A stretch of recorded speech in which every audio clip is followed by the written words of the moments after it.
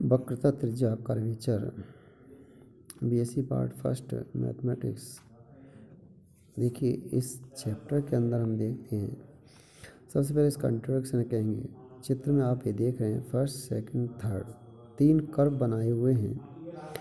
तो देखिए तीनों कर्वों में वक्रों में बिंदु P पर मोड़ है, P बिंदु पर मोड़ है तथा इन तीनों में ये भी स्पष्ट किया गया है कि पहले की अपेक्षा दूसरा, दूसरे की अपेक्षा तीसरा वक्र अधिक तीव्रता लिए हुए है। और इस प्रकार ये हम व्यक्त कर सकते हैं कि वक्र की अपेक्षा दूसरे वक्र की तीव्रता दूसरे वक्र की अपेक्षा तीसरे वक्र की तीव्रता अधिक है। अर्थात स्पष्ट हो रहा है या इस धारणा से निष्कर्ष निकाला जा सकता है कि हम अपनी सहज धारणा कि यह संभव तभी हो सकता है जबकि वक्रों की वक्रता का अंतर अधिक, परंतु हम अपनी सहज धारणा से संख्यात्मक मान ज्ञात नहीं कर सकते। इसे हमें ज्ञात करने के लिए वक्रता की गणितीय परिभाषा देनी होगी तथा इसका हमें फॉर्मूला निकालना होगा। उस फॉर्मूले के आधार पर हम वक्रता की गणना करेंगे। देखिए अब इसकी डेफिनेशन पढ़ते हैं, जो मैथमेटिकल डेफिनेशन होती है जिसके आधार पर हम कहेंगे। चित्र 4.2 में आप देखेंगे एक्स वाई एक्सिस प्लेन है, पॉइंट सी एक वक्र LM दिया हुआ है।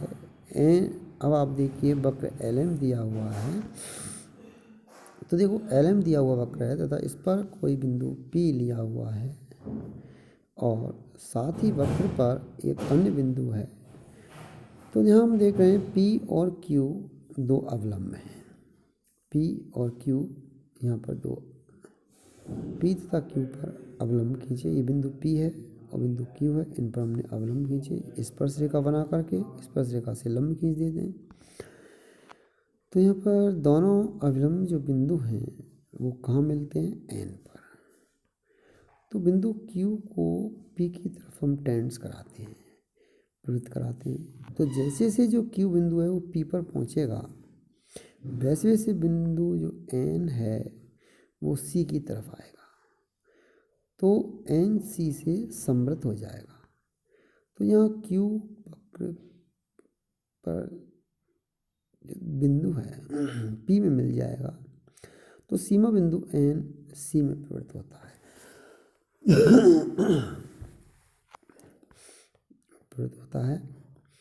तो अतः सीमा में प्रवृत्त होता है। यहाँ Q बिंदु वक्र पर है तो इस पर कोई भी प्रतिबंध नहीं लगता है और P के दाएं या बाएं ऐसे बिंदु C को हम बिंदु P वक्रता कहते हैं C को वक्रता केंद्र कहते हैं।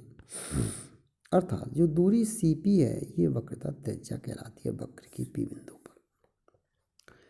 तो CP के व्युत्क्रम को हम वक्र की वक्रता कहते हैं। आमतौर पर वक्रता त्रिज्या को हम ग्रीक लेटर रो से प्रदर्शित करते हैं। अब देखिए यहाँ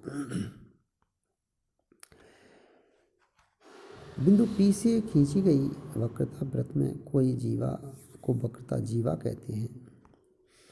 वक्रता अब देखिए इसके लिए फॉर्मूला जरूरी है। ये formula for the radius of curvature वक्रता त्रिज्या का सूत्र डायग्राम दिया गया है। P से हमने OX एक्सिस को मिला दिया, Q से हमने OX एक्सिस को मिला दिया। OP जो है आपकी OX पर साई कोण बनाती है, OT जो है आपकी psi plus del psi angle बनाती है।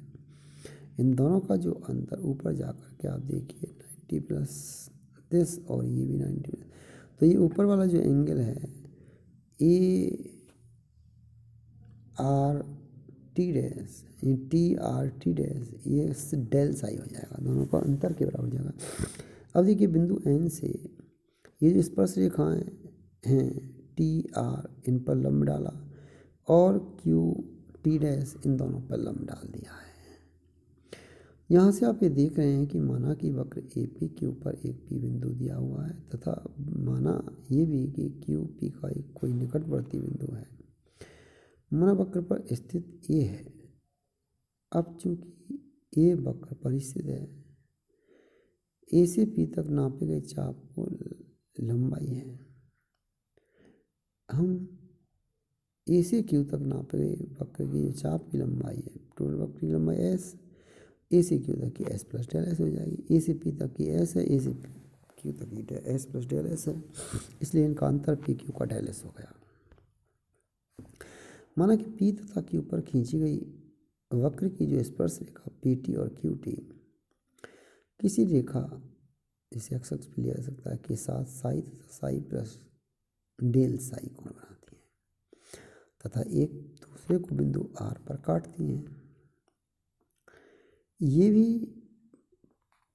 पाया कि या यूँ कहते हैं, ये भी माना कि पी क्यू पर खींची गई वक्र को स्पर्श अवलंब एक दूसरे पर काटती हैं, अतः angle P N Q equal del psi एवं जैसे क्यू पी के निकट आता है प्रवृत्त होता है तो बिंदु एन एक निश्चित बिंदु सी की ओर प्रवृत्त होगा, अतः पी क्यू को हमने मिला दिया, पी क्यू को मिला दिया।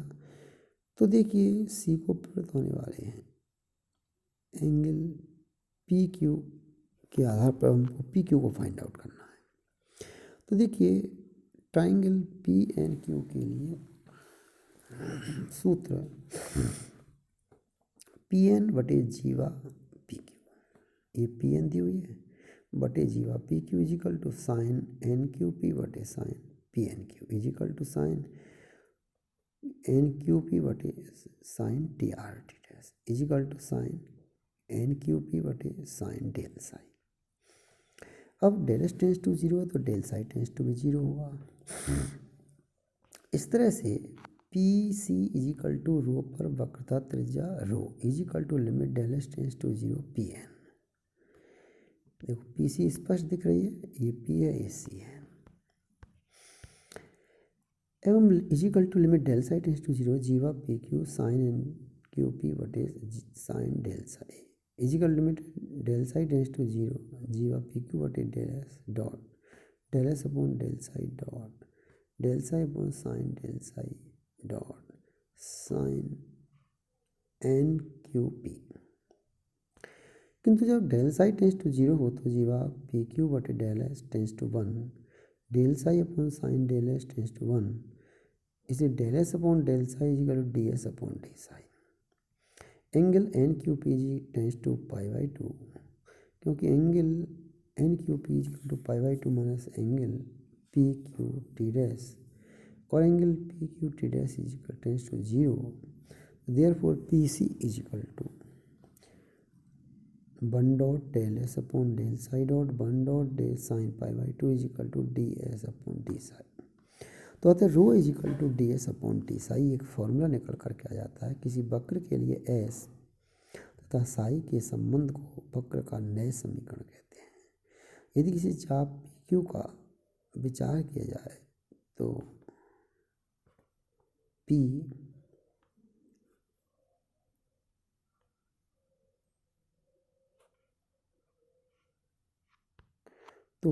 एक क्यू पी तथा क्यू पर खींची गई स्पर्शरेखाओं के बीच के कोण को पी क्यू चाप वक्रता कोण कहते हैं। उपयुक्त चित्र में डेल साई चाप पी क्यू का वक्रता कोण है।